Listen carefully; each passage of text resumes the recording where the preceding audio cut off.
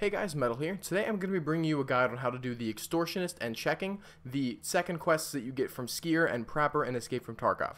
They're both fetch quests, and they were incredibly vague. It was really hard for me to understand what I needed to do, so I figure this will help you guys out a lot. Now, who helped me to figure out this originally is a guy named Gimmick the Guy. He made a video guide on this before I did, and he explained, especially the Extortionist. I was able to figure out checking myself, but the vague, I didn't even know what map I was supposed to be on the Extortionist, so that helped me out so much, and that made me want to make a video for you guys to explain what was going on. And of course I'm going to link Gimmick the Guy's video and channel in the description so that you guys can see his video and you guys can go follow him, subscribe, you know, those sorts of things that he deserves for making this guide in the first place.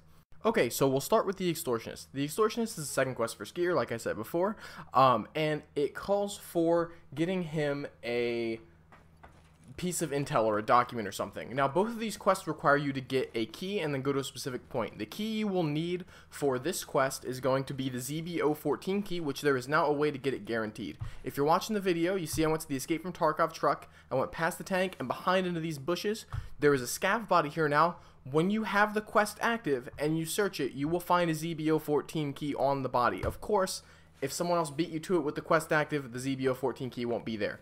You take that key, you go to the end of the raid. Now there will be a trailer. If you go up to the trailer, if you have the key unlocked, you will be able to access it. The time with the quest active. Now, once you're inside, immediately in the back corner from the doorway, you can see like a rag on the ground. The intel is under the rag, and you'll know you picked it up because a little gold thing will pop up.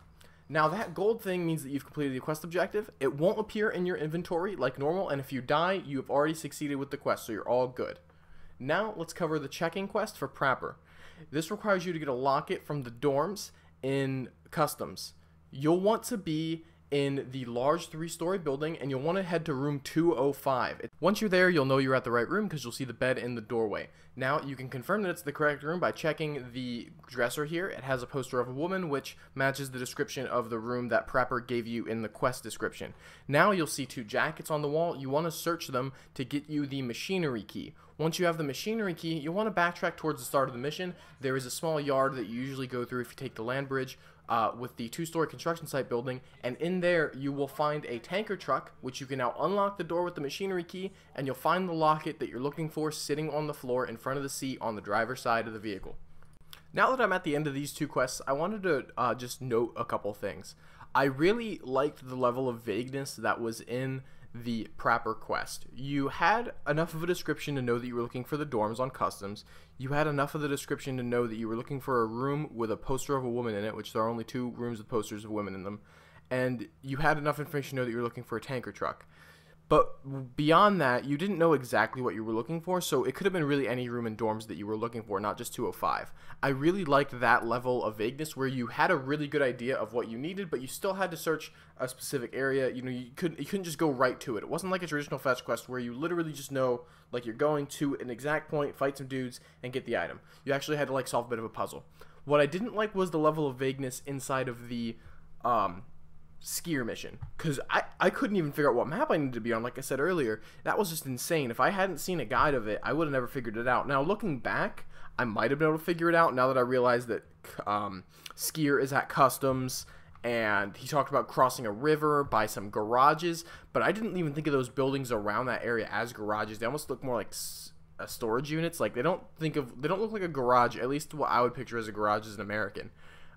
So overall, I'd like to see the quests going forward to be more similar to Prapor's quest, where it's specific enough that you kind of have a better idea of where you're going, but it's not, you know, it's not completely vague. Then again, I mean, Skier's quest is an alright idea for like a very challenging quest, but really people are just going to Google it, so it doesn't really matter. If you have to make it easy enough that you don't just want to just Google it.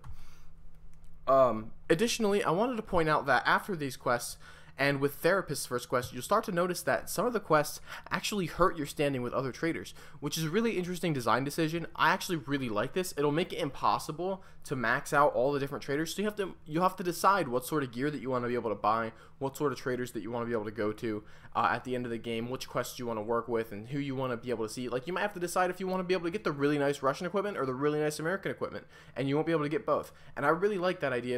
It'll encourage multiple playthroughs, and it'll encourage, you know, min-maxing and like making difficult decisions, which I think are, you know, good game design when you have to make a hard decision. Overall, I'm liking the direction this update took. I hope you guys found the quest guide useful. If you enjoyed that video, please leave a like. If you want to see more of my tactical shooter content, please subscribe to my channel. If you want to chat or game with myself and or the fans, follow me on Twitch or social media, or even support the channel on Patreon. Please check out the links in the description. Have a great one, everyone.